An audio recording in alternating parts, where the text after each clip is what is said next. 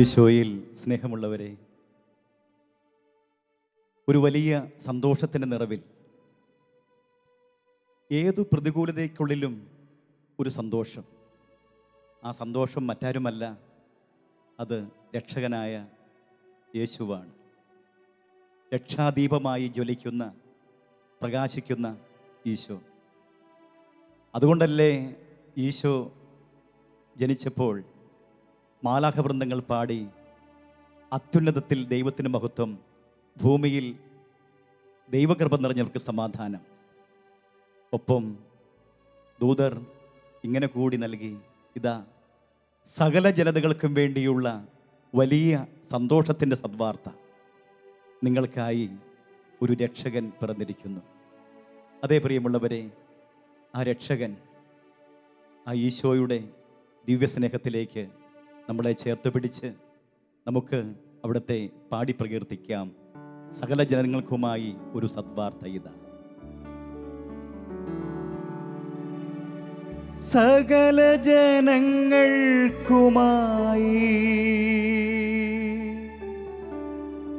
ഒരു സദ്വാർത്ത ഇതാ. ദാവീദിൻ ഗോത്രത്തിൽ നിങ്ങൾക്കായി ഒരു രക്ഷകൻ അവതരിച്ചു.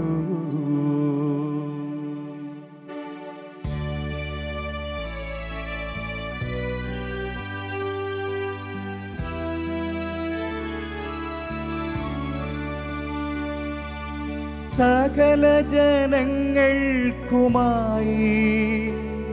ഒരു സദ്വാർത്ത ഇതാ. ദാവീദിൻ ഗോത്രത്തിൽ നിങ്ങൾക്കായി ഒരു രക്ഷകൻ അവതരിച്ചു. യേശു ജീവദായകൻ,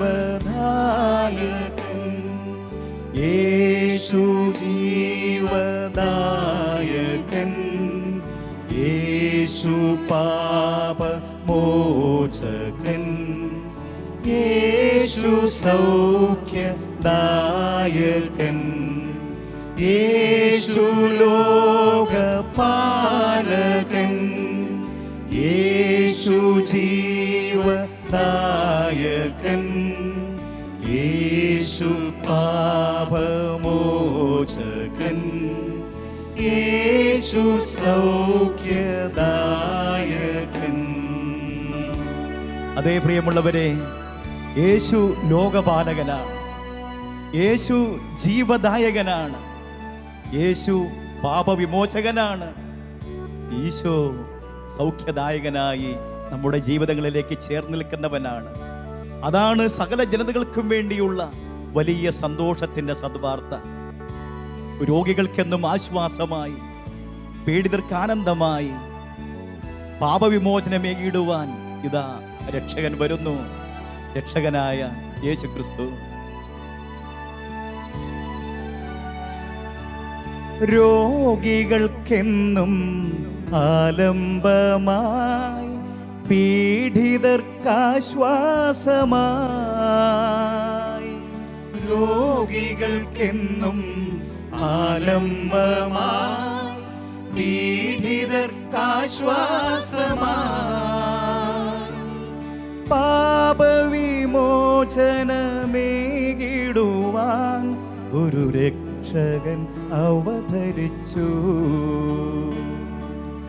പാപവിമോചനമേകിടുവാൻ ഒരു രക്ഷകൻ അവതരിച്ചു. യേശു ലോകപാലകൻ, യേശു ജീവദായകൻ, യേശു പാപമോചകൻ, യേശു സൗഖ്യദായകൻ, യേശു ലോകപാലകൻ, യേശു ജീവദായകൻ, യേശു പാപമോചകൻ, യേശു ദായകൻ. അവിടുന്ന് അരുളി ചെയ്തു, അധ്വാനിക്കുന്നവരും ഭാരം വഹിക്കുന്നവരുമായ നിങ്ങൾ എൻ്റെ അടുക്കൽ വരുവിൻ, ഞാൻ നിങ്ങളെ ആശ്വസിപ്പിക്കാം. അതേ പ്രിയമുള്ളവരെ, രക്ഷകനായ ഈശോയുടെ സന്നിധിയിൽ മാത്രമേ ആശ്വാസമുള്ളൂ. അവൻ മാത്രമാണ് ആലംബം. ഈശോ രക്ഷകനാണ്, അവനാണ് രക്ഷകൻ, അവൻ മാത്രമാണ് രക്ഷകൻ. അതേ പ്രിയമുള്ളവരെ, നമ്മുടെ കർത്താവിൻ്റെ ആ രക്ഷകന്റെ സന്നിധിയിൽ നമുക്ക് അഭയം തേടാം. അവൻ ജീവന്റെ അപ്പമാണ്, അവൻ ജീവിക്കുന്ന ദൈവമാണ്. കർത്താവേ, രക്ഷക, ഞങ്ങളങ്ങേ ആരാധിക്കുന്നു, ഞങ്ങളങ്ങേ സ്തുതിക്കുന്നു, ഞങ്ങളങ്ങേക്ക് നന്ദി പറയുന്നു. നാഥ, ഈ നന്മ നിറഞ്ഞ ദിനത്തിൽ, ഈ ക്രിസ്മസിന്റെ ഊഷ്മളമായ അനുഭവത്തിൽ രക്ഷക, അങ്ങയുടെ മഹത്വം ഞങ്ങൾ വർണ്ണിച്ച് പാടട്ടെ.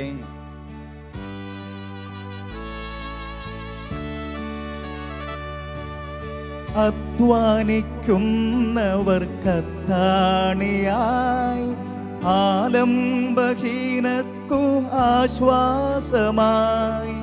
അധ്വാനിക്കുന്നവർക്കത്താണിയായി, ആലംബഹീനർക്കും ആശ്വാസമായി. അത്യുന്നതത്തിൽ നിന്നീ ഭൂമിയിൽ ഒരു രക്ഷകൻ അവതരിച്ചു.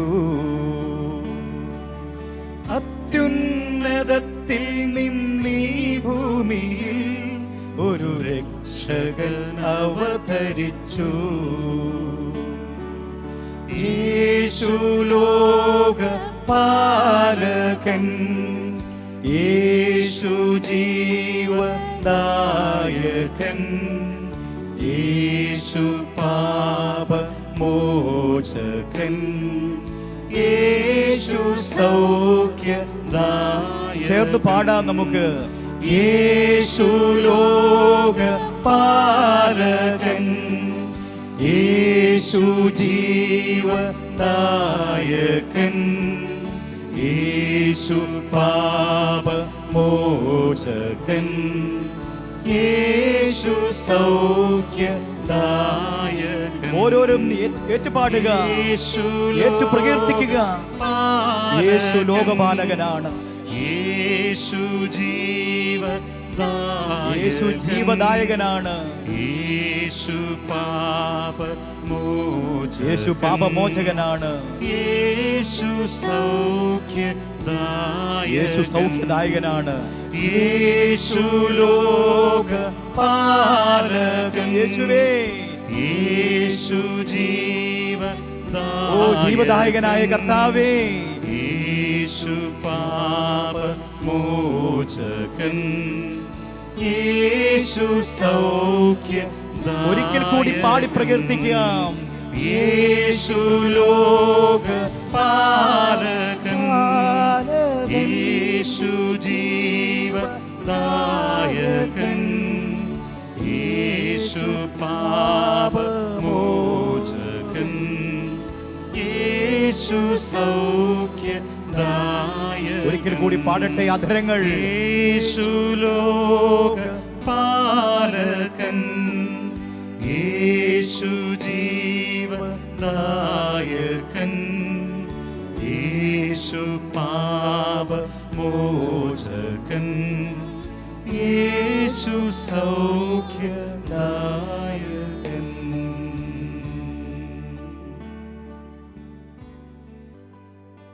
അതേ പ്രിയമുള്ളവരെ, നമ്മൾ വായിക്കുന്നില്ലേ സഭാപ്രസംഗന്റെ പുസ്തകം 12-ാം അധ്യായം 1-ാം വാക്യം. സഭാപ്രസംഗന്റെ പുസ്തകം 12-ാം അധ്യായം 1-ാം വാക്യം. ഒന്നിലും സന്തോഷം തോന്നുന്നില്ല എന്നു നീ പറയുന്ന ദുർദിനങ്ങളും വർഷങ്ങളും ആഗമിക്കും മുൻപ് യൗവനകാലത്ത് നിന്റെ സൃഷ്ടാവിനെ സ്മരിക്കുക. അതെ, ഒന്നിലും സന്തോഷം തോന്നുന്നില്ല എന്നു നീ പറയുന്ന ദുർദിനങ്ങൾ. സ്നേഹ സഹോദരങ്ങളെ, സത്യത്തിൽ ഈ ആനുകാലിക തലങ്ങളിലെ ചുറ്റുപാടുകളിലേക്ക് നോക്കുക. ഒന്നിലും സന്തോഷം തോന്നുന്നില്ല. എല്ലാ ഹൃദയവും അസ്വസ്ഥമാണ്. പലവിധ പ്രശ്നങ്ങൾ കലുഷിതമായി നമ്മുടെ ജീവിതങ്ങളെ മതിക്കുമ്പോൾ നമ്മൾ എന്താണ് തിരിച്ചറിയേണ്ടത്? ഒരിക്കലും അസ്തമിക്കാത്ത ഒരു സന്തോഷമുണ്ട്. ഒരിക്കലും കെട്ടുപോകാത്ത ഒരു രക്ഷാദീപമുണ്ട്. ഒരിക്കലും നമ്മളെ തള്ളിക്കളയാത്ത ഒരു ദിവ്യ സ്നേഹമുണ്ട്. അവനാണ് യേശു. നമുക്ക് ഒരിക്കൽ കൂടി ഒന്ന് പാടാം. ആ യേശു ലോകപാലകനാണ്. ആ യേശു ജീവദായകനാണ്. ആ യേശു പാപമോചകനാണ്. ആ യേശു സൗഖ്യദായകനാണ്. ഒരിക്കൽ കൂടി നമുക്ക് ചേർന്ന് പാടാം. യേശു ലോകപാലകൻ, യേശു ജീവദായകൻ, യേശു പാപമോചകൻ, യേശു സൗഖ്യദായകൻ, യേശു ലോകപാലകൻ, യേശു ജീവദായകൻ, യേശു പാപമോചകൻ, യേശു സൗഖ്യദായകൻ.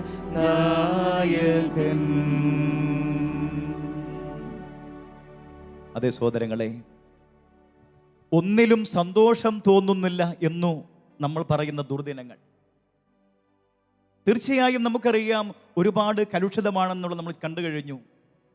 പലവിധ പ്രശ്നങ്ങൾ നമ്മളെ തളർത്തിക്കൊണ്ടിരിക്കുകയാണ്. ആനുകാലിക തലങ്ങളിലെ പ്രത്യേകിച്ച് ഈ മഹാമാരിയുടെ കടന്നുവരവ് ഒരുപാട് ജീവിതങ്ങളെ തളർത്തിക്കളഞ്ഞു. നിരാശ, വിഷാദം, ആകുലത, ഉത്കണ്ഠ ഇതെല്ലാം നിറഞ്ഞ് നമ്മൾ തളർന്നിരിക്കുമ്പോൾ ഇതാ ഒരു രക്ഷാദീപം. അത് മറ്റാരുമല്ല, ഈശോയാണത്. അതുകൊണ്ടല്ലേ പറയുന്നത് സകല ജനതകൾക്കും വേണ്ടിയുള്ള വലിയ സന്തോഷത്തിൻ്റെ സദ്വാർത്ത. ഇങ്ങനെയുള്ള സങ്കീർണതകൾ വരുമ്പോൾ ഏതു വ്യക്തി ഈശോയെ നോക്കുന്നു ആ ഹൃദയത്തിൽ മാത്രമേ പ്രിയമുള്ളവരെ യഥാർത്ഥ സന്തോഷമുണ്ടാവുകയുള്ളൂ, സമാധാനമുണ്ടാവുകയുള്ളൂ, ആശ്വാസമുണ്ടാവുകയുള്ളൂ, പ്രത്യാശ ഉണ്ടാവുകയുള്ളൂ. അതെ, അവൻ കർത്താവാണ്, അവൻ രക്ഷകനാണ്. നമുക്കറിയാം നമ്മുടെ ജീവിതത്തിൽ നമ്മൾ പ്രത്യേകിച്ച് ഈ കുരിശിൻ്റെ വഴി ക്രിസ്മസ് കാലമാണെങ്കിലും നമുക്ക് ധ്യാനിക്കുന്നത് നല്ലതാ. ഏതാ? വേദന തിങ്ങുന്ന കാലം വരുന്നു, കണ്ണീരണിഞ്ഞ കാലം, മലകളെ ഞങ്ങളെ മൂടുവിൻ വേഗമെന്നാരവം കേൾക്കുമെങ്ങും. അപ്പോൾ ഒരുപക്ഷെ നിങ്ങൾ ചിന്തിച്ചേക്കാം, ഇത് ക്രിസ്മസിന്റെ സദ്വാർത്തയുടെ സന്ദേശമല്ല എത്തിക്കേണ്ടത്. അവിടെ ഈ കുരിശിന്റെ വഴിയുടെ വ്യത്യസ്തമായ ഒരു ഗാനം. അതേ പ്രിയമുള്ളവരെ, വേദന തിങ്ങുന്ന കാലം വരുന്നു, കണ്ണീരണിഞ്ഞ കാലം, മലകളെ ഞങ്ങളെ മൂടുവിൻ വേഗമെന്ന ആരവം കേൾക്കുമെങ്ങും. അത് തന്നെയാ പറയുന്നത്. ഒന്നിലും സന്തോഷം തോന്നുന്നില്ല എന്നു നീ പറയുന്ന ദുർദിനങ്ങൾ സമാഗതമാകുന്നു. കാരണം ചുറ്റുപാടുകൾ നമ്മളെ അസ്വസ്ഥപ്പെടുത്തും. ജീവിതത്തിന്റെ ചുട്ടുപൊള്ളുന്ന അനുഭവങ്ങൾ നമ്മളെ തളർത്തിക്കളയും. എന്തിനിങ്ങനെ ജീവിക്കണം എന്നുപോലുമുള്ള മനസ്സിന്റെ ചാഞ്ചാട്ടം നമ്മളെ ഉലച്ചു കളയും പ്രിയമുള്ളവരെ. എന്നാൽ തിരിച്ചറിയുക, പ്രശ്നങ്ങളിലേക്ക് നോക്കരുത്, സംഭവങ്ങളിലേക്ക് നോക്കരുത്, വ്യക്തികളിലേക്ക് നോക്കരുത്. മറിച്ച് ജീവൻ തരുന്ന ക്രിസ്തു, പുൽക്കൂട്ടിൽ ജാതനായ ഉണ്ണിയേശു, അവൻ രക്ഷകനാണ്. അവൻ സകല ജനതകൾക്കും വേണ്ടിയുള്ള വലിയ സന്തോഷത്തിന്റെ സദ്വാർത്തയാണ്. അവനെ സന്തോഷം തരൂ.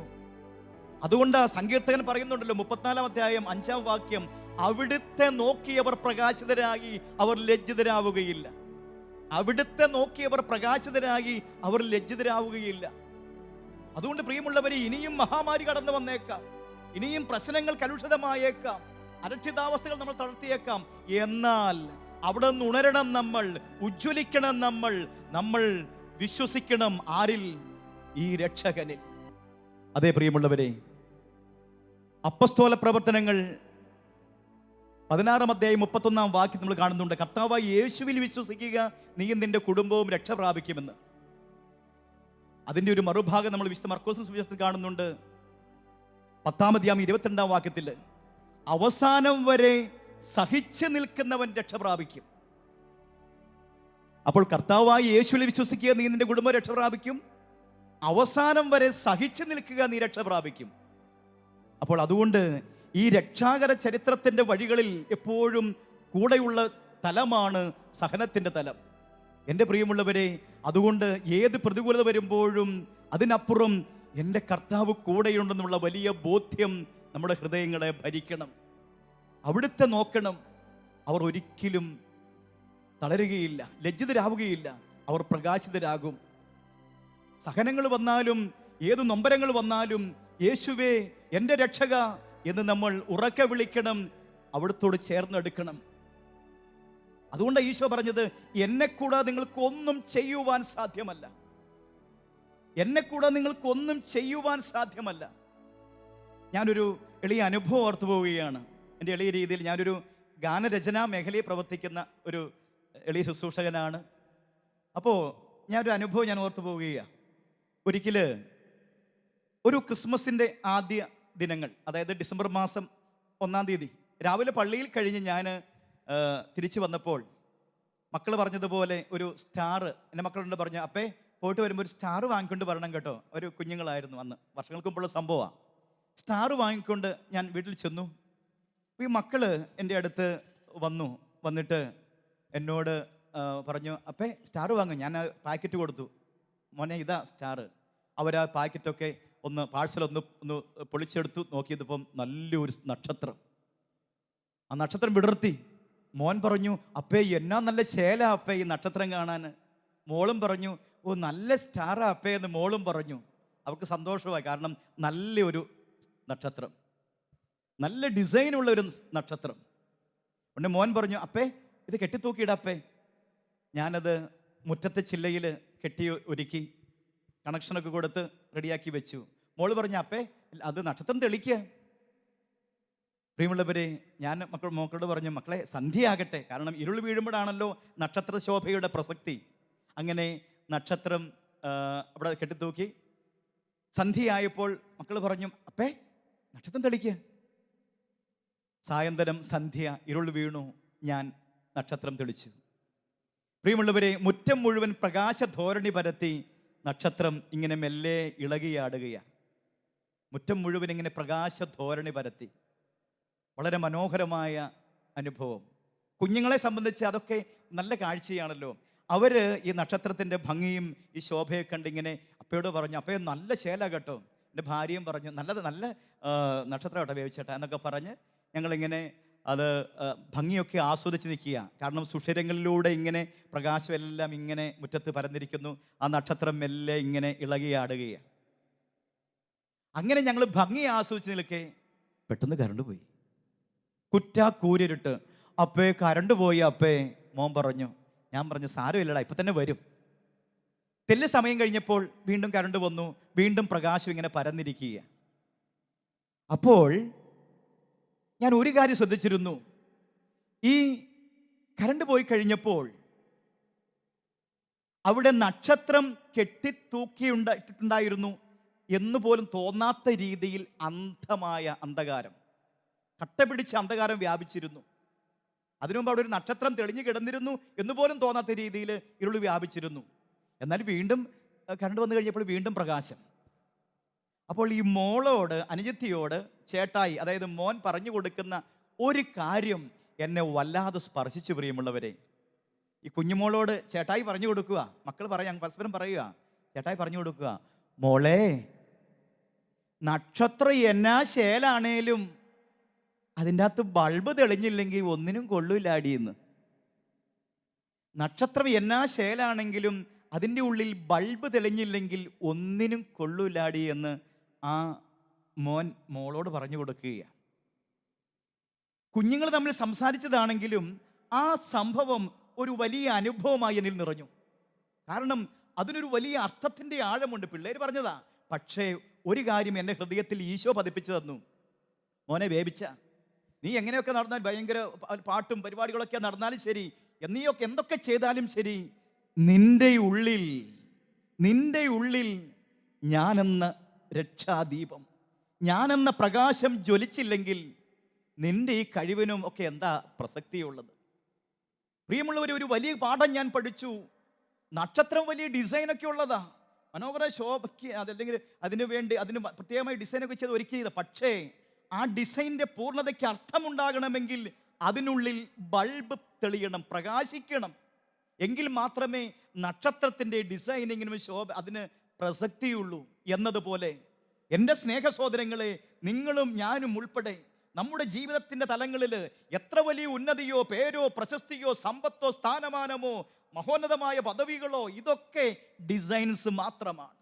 ഇതൊക്കെ ഡിസൈൻസ് മാത്രമാണ്. എന്നാൽ ഇതിനുള്ളിൽ നമ്മുടെ രക്ഷകനായ ഈശോ എന്ന, ഞാൻ ലോകത്തിൻ്റെ പ്രകാശമാണെന്ന് അരുളി ചെയ്ത ഈശോയുണ്ടോ?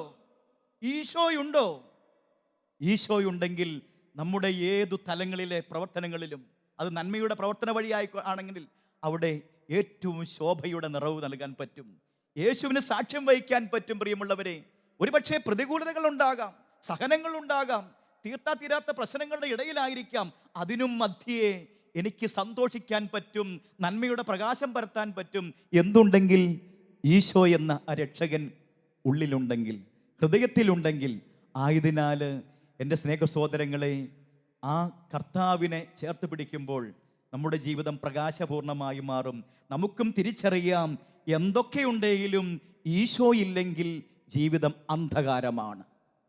എന്തൊക്കെ ഉന്നതിയുണ്ടെങ്കിലും ഈശോ ഇല്ലെങ്കിൽ ജീവിതം അന്ധകാരമാണ്.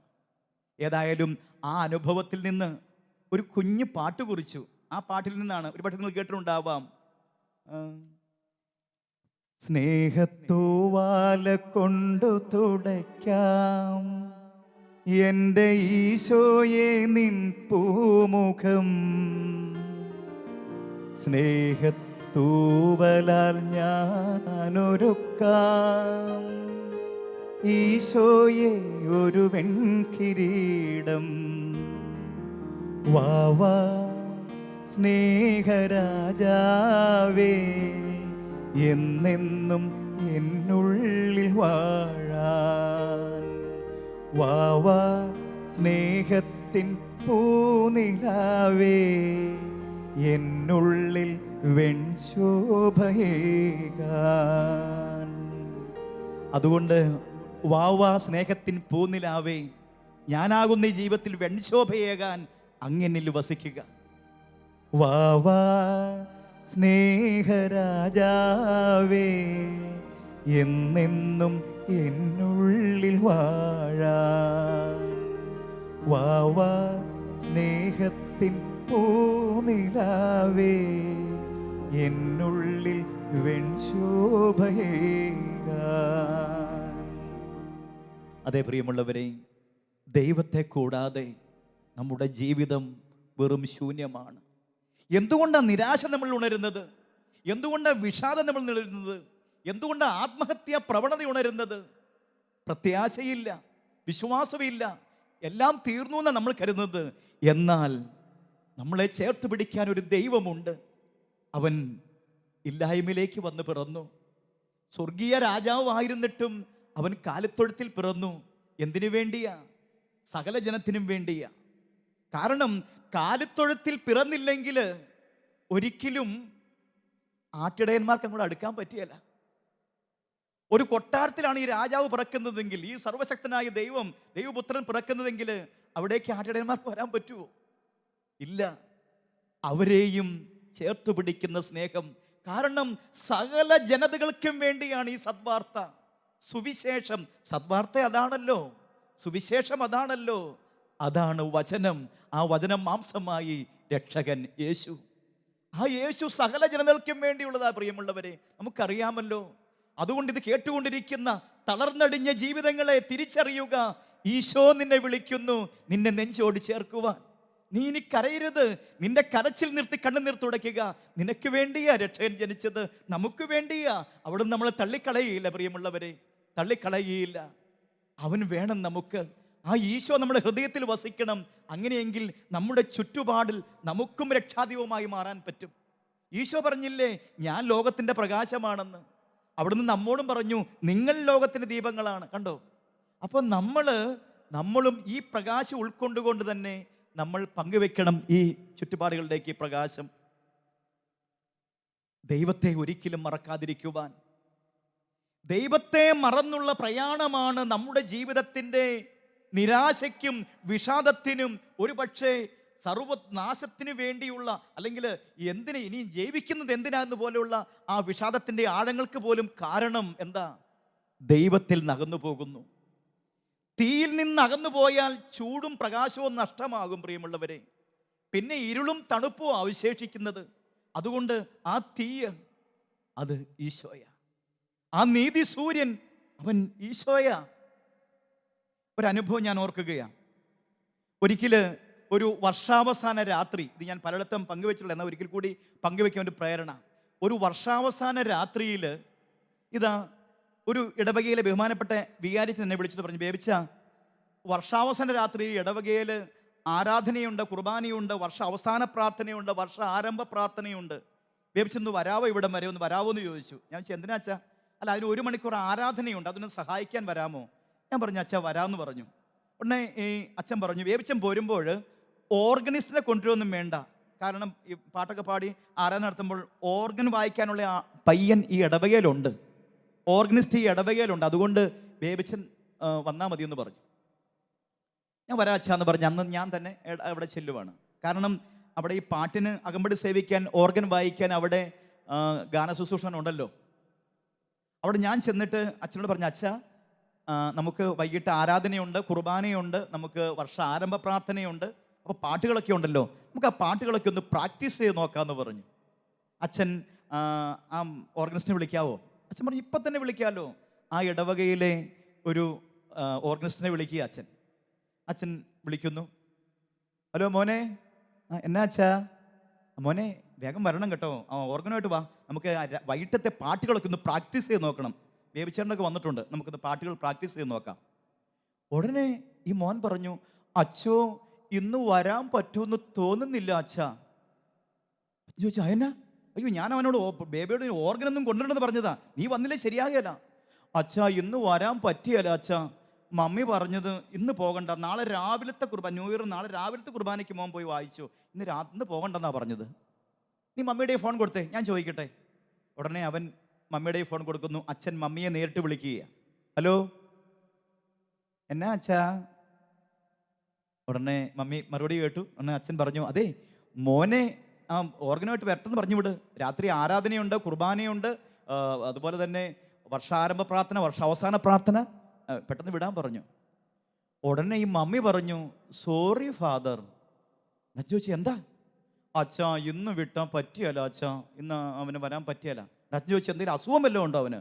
അതൊന്നും അല്ല അച്ഛാ, അവന് രാത്രി വിട്ടാൽ ശരിയാകല്ല. എന്താ കാര്യം എന്ന് പറ. ഉടനെ ഈ മമ്മി പറഞ്ഞ കാര്യം ഇങ്ങനെയായിരുന്നു പ്രിയമുള്ളവരെ. മമ്മി പറഞ്ഞത്, അച്ഛാ ഇന്ന് രാത്രിയിൽ അവൻ വന്നിരുന്ന അവനെ ഉറക്കിളക്കിയല്ലേ, അതിനെന്നാ കുഴപ്പം? 1-2 മണിക്കൂർ കർത്താവിൻ്റെ സന്നിധിയിലല്ലേ, കർത്താവ് കൃപ ശക്തി കൊടുത്തോളും, ബലം കൊടുത്തോളും, കർത്താവിന് വേണ്ടി ആ മോൻ പ്ലേ ചെയ്യുകയല്ലേ കീബോർഡ്. അതല്ല അച്ഛാ, അവൻ രാത്രിയിൽ ഇങ്ങനെ ഉറക്കളച്ച നാളെ ക്ലാസ്സിൽ പോയിരിക്കുമ്പം അവൻ ഉറങ്ങിപ്പോകുക അച്ഛാ, അവൻ്റെ ക്ലാസ് മിസ്സാവൂ. പ്രിയമുള്ളവരെ, ഈ മമ്മി പറഞ്ഞു കൊടുക്കുകയാണ്, മമ്മി അച്ഛനോട് പറയുക, അവൻ രാത്രി ഉറക്കളച്ച പിറ്റേത് ക്ലാസ് മിസ്സാവും, അവിടെ പോയിരുന്ന് ഉറങ്ങുമെന്ന്. എന്ന് പറഞ്ഞാൽ ദൈവത്തെക്കാൾ അധികമാണ് ഈ ലോകവിജ്ഞാനമെന്ന്. പഠിക്കരുതെന്നല്ല, പക്ഷെ ഒന്ന് ചിന്തിച്ചു നോക്കിയ പ്രിയമുള്ളവരെ. ഉടനെ അച്ഛൻ പറഞ്ഞു, അച്ഛൻ പിന്നെ ഒന്നും മിണ്ടിയില്ല, അച്ഛനോട് ഫോൺ വെച്ചു. ഞാൻ ചോദിച്ചു, എന്നാ പറ്റിയ അച്ഛാ? ഉടനെ അച്ഛനോട് പറഞ്ഞു, ബേബിച്ച ഓർഗൻ ഇല്ലാതെ ബേബിച്ചിനെ ആരാധന നടത്താൻ പറ്റുമോ? ഞാൻ പറഞ്ഞു, സാരമില്ല അച്ഛാ. എന്താ സംഭവിച്ചേ? ആ മമ്മി പറയുന്നു, മോനെ വിടാൻ പറ്റിയല്ല, അവൻ വലിയ പഠിത്തക്കാരനാണെന്നോ എന്ന് പറഞ്ഞു കഴിഞ്ഞാൽ അർത്ഥം എന്നറിയോ? വലിയൊരു കോഴ്സ് അവൻ പഠിക്കുന്നത്, വലിയ ഒരുപാട് സംഭാവനയെ കൊടുത്താണ് അഡ്മിഷൻ വാങ്ങിയത്, ക്യാഷ് കൊടുത്ത അഡ്മിഷൻ വാങ്ങിയത്. അപ്പം ഈ ക്ലാസ് മിസ്സാകാൻ പാടില്ല, അതാണ് മമ്മിയുടെ ആവശ്യം. പ്രിയമുള്ള സഹോദരങ്ങളെ, ഞാൻ പറഞ്ഞു, അച്ഛാ സാരമില്ല, നിങ്ങൾ ഓശാന പാടിയില്ലെങ്കിൽ ഈ കല്ലുകൾ ഓശാന പാടുമെന്ന് കർത്താവ് പറഞ്ഞില്ലേ, നമുക്ക് കീബോർഡിൽ വായ്പാട്ട് പാടാ അച്ഛാ എന്ന് പറഞ്ഞുകൊണ്ട് ആ വർഷാവസാന രാത്രിയിൽ ആ ദിവ്യകാരുണ്യ സന്നിധിയിൽ വാ വാ യേശുനാഥ, വാ വാ സ്നേഹനാഥ,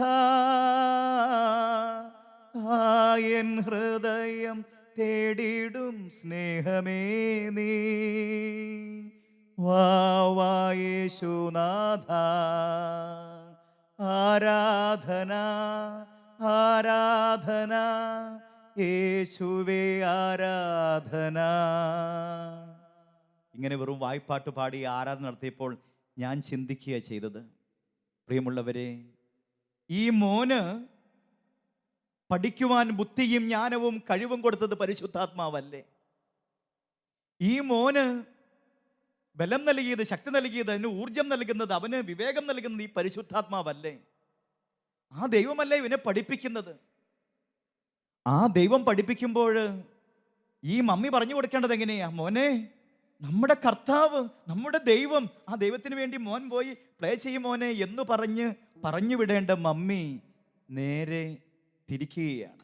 ഉടനെ അച്ഛൻ പറഞ്ഞൊരു കാര്യം ഓർക്കുക, ഇങ്ങനെയുണ്ട് കുറേ ജീവിതങ്ങൾ ദൈവത്തെക്കാൾ ഉപരി ലോകത്തിന് വേണ്ടി, ലോകവിജ്ഞാനത്തിന് വേണ്ടി പരക്കം പായുന്നത്. ഇവർ തിരിച്ചറിയുന്നില്ല 10 മണിക്കൂർ കൊണ്ട് പഠിക്കേണ്ട കാര്യം 1 മണിക്കൂർ കൊണ്ട് പഠിപ്പിക്കുന്നവനാണ് പരിശുദ്ധാത്മാവെന്ന് ഇവരാരും തിരിച്ചറിയുന്നില്ലല്ലോ ദേവിച്ചാന്ന് എന്നോട് പറഞ്ഞു. എന്താണെങ്കിലും പ്രിയമുള്ളവരെ, ആ ചിന്തയിൽ നിന്നും ഉരുത്തിരിഞ്ഞ ഒരു ഗാനമാണ് ദൈവത്തെ മറന്നു കുഞ്ഞെ ജീവിക്കരുതേ എന്ന്. ദൈവത്തെ മറന്നു കുഞ്ഞെ ജീവിക്കരുതേ എന്ന്.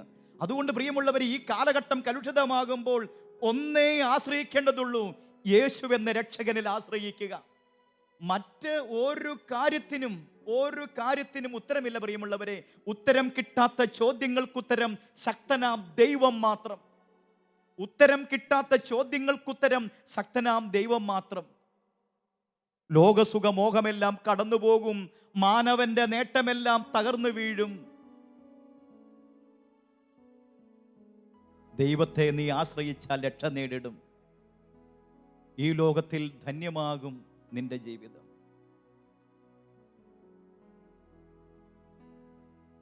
ലോകസുഖമോഹമെല്ലാം കടന്നു പോകും, മാനവന്റെ നേട്ടമെല്ലാം തകർന്നു വീഴും. ലോകസുഖമോഹമെല്ലാം കടന്നു പോകും, മാനവന്റെ നേട്ടമെല്ലാം തകർന്നു വീഴും. ദൈവത്തെ നീ ആശ്രയിച്ചാൽ രക്ഷ നേടിടും. ഈ ലോകത്തിൽ ധന്യമാകും നിന്റെ ജീവിതം. ദൈവം നൽകും ദിവ്യ സ്നേഹം എത്ര സുന്ദരം.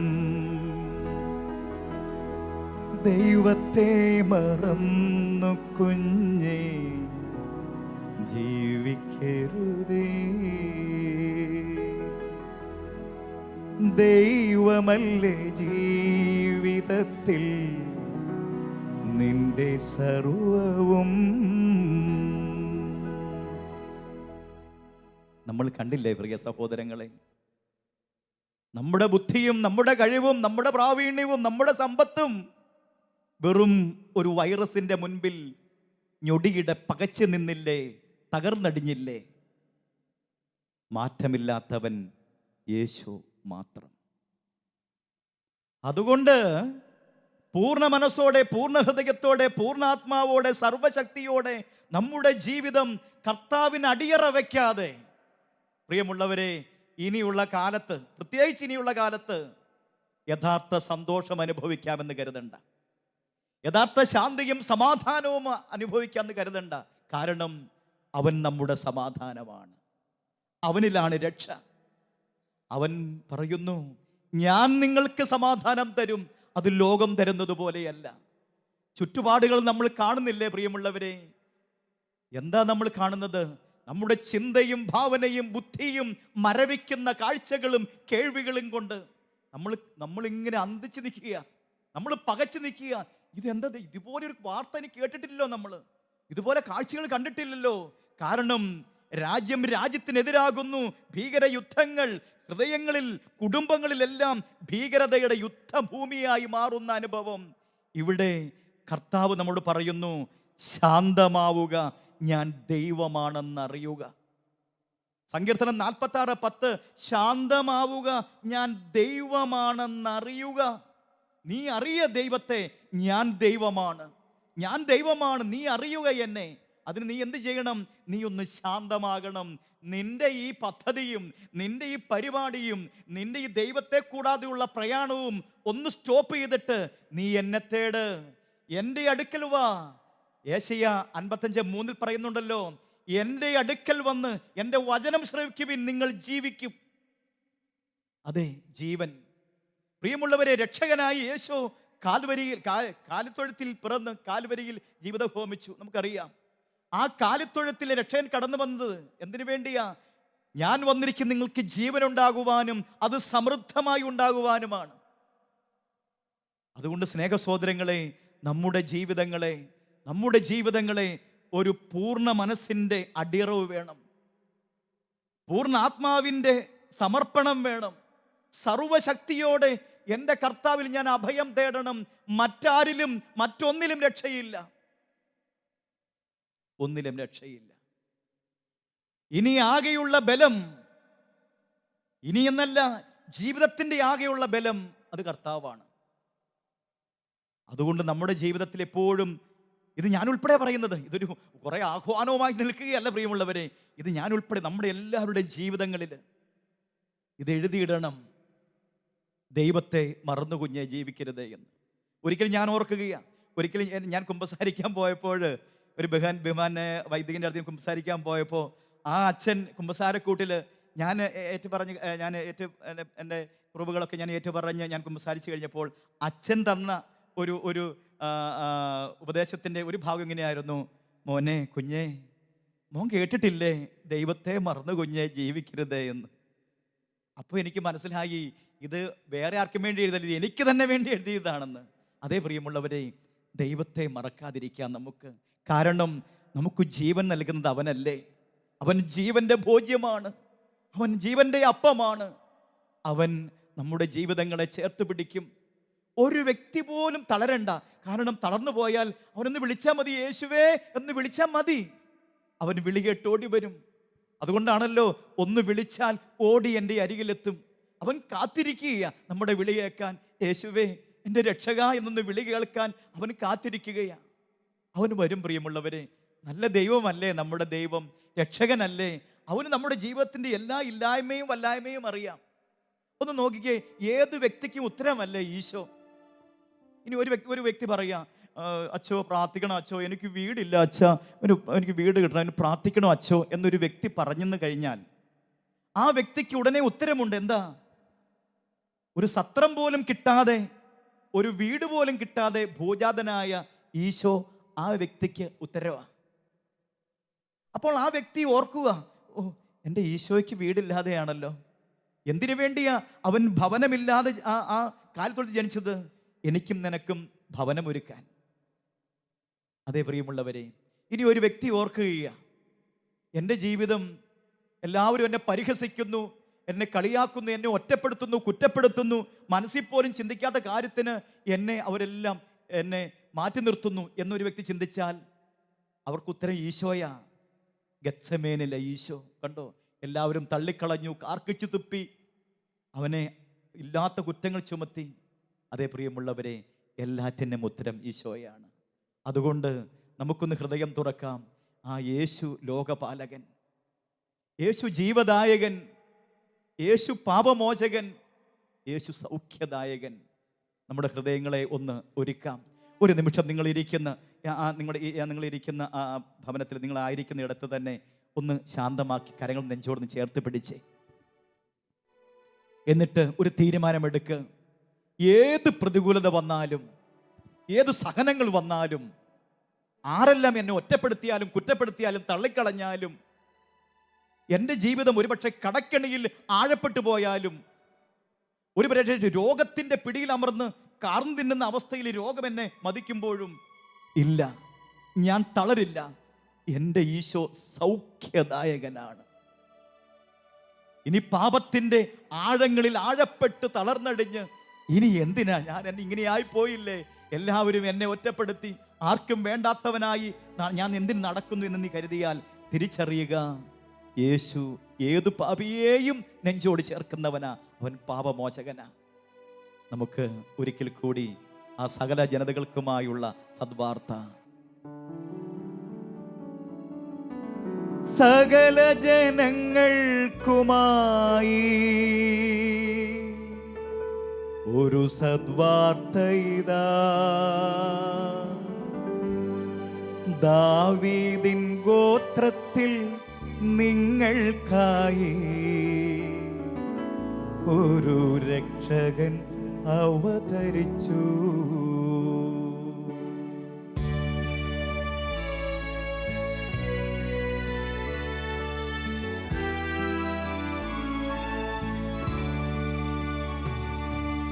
സകല ജനങ്ങൾക്കുമായി ഒരു സദ്വാർത്ത ഇതാ, ദാവീദിൻ ഗോത്രത്തിൽ നിങ്ങൾക്കായി ഒരു രക്ഷകൻ അവതരിച്ചു. യേശു ലോകപാലകൻ, യേശു ജീവദായകൻ, യേശു പാപമോചകൻ, യേശു സൗഖ്യദായകൻ, യേശു ലോകപാലകൻ, യേശു ജീവദായകൻ, യേശു പാപമോചകൻ, യേശു സൗഖ്യദായകൻ. ഒരിക്കൽ കൂടി പാടാം. യേശു ലോകപാലകൻ, യേശുവേ, യേശു ജീവദായകൻ, യേശു പാപമോചകൻ, യേശു സൗഖ്യദായകൻ, യേശു ലോകപാലകൻ, അവൻ ലോകപാലകനാണ്. യേശു യേശു ജീവൻ തരുന്നവനാണ്. യേശു പാപമോചകൻ, യേശു സകല പാപവും മോചിക്കുന്നവനാണ്. യേശു അവൻ സൗഖ്യദായകനായ കർത്താവാണ്. യേശു ആരാധിക്കുന്നു കർത്താവേ, ഞങ്ങളങ്ങേ സ്തുതിക്കുന്നു ദൈവമേ. ഞങ്ങളെ തേടി വന്ന് കാലിത്തൊഴുത്തിൽ പിറന്ന രക്ഷാദീപമേ, ഞങ്ങളങ്ങേ ആരാധിക്കുന്നു, ഞങ്ങളങ്ങേ സ്തുതിച്ചു മഹത്വപ്പെടുത്തുന്നു ഈശോയെ. ഓ ലോകപാലക, ഓ ജീവദായക, യേശു ജീവദായകൻ, ഓ സൗഖ്യദായക, യേശു പാപമോചകൻ, കർത്താവേ, യേശു സൗഖ്യദായകൻ.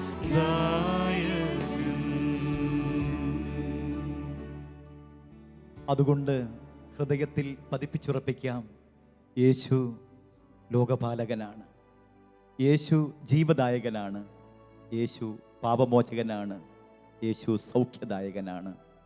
ഈശോയുടെ ജനനത്തിൻ്റെ അഹൃദ്യമായ നിർമ്മലമായ സ്നേഹോഷ്മളതയുടെ പനിനീർപ്പൂവുകൾ വിതറുന്ന ഈ ക്രിസ്തുമസിൻ്റെ എല്ലാ ഭാവങ്ങളും, എല്ലാ പ്രാർത്ഥനകളും, എല്ലാ മംഗളങ്ങളും, ആശംസകളും എല്ലാവർക്കും നേർന്നുകൊണ്ട് സ്നേഹത്തോടെ, നന്ദിയോടെ, പ്രാർത്ഥനയോടെ, ആമേൻ.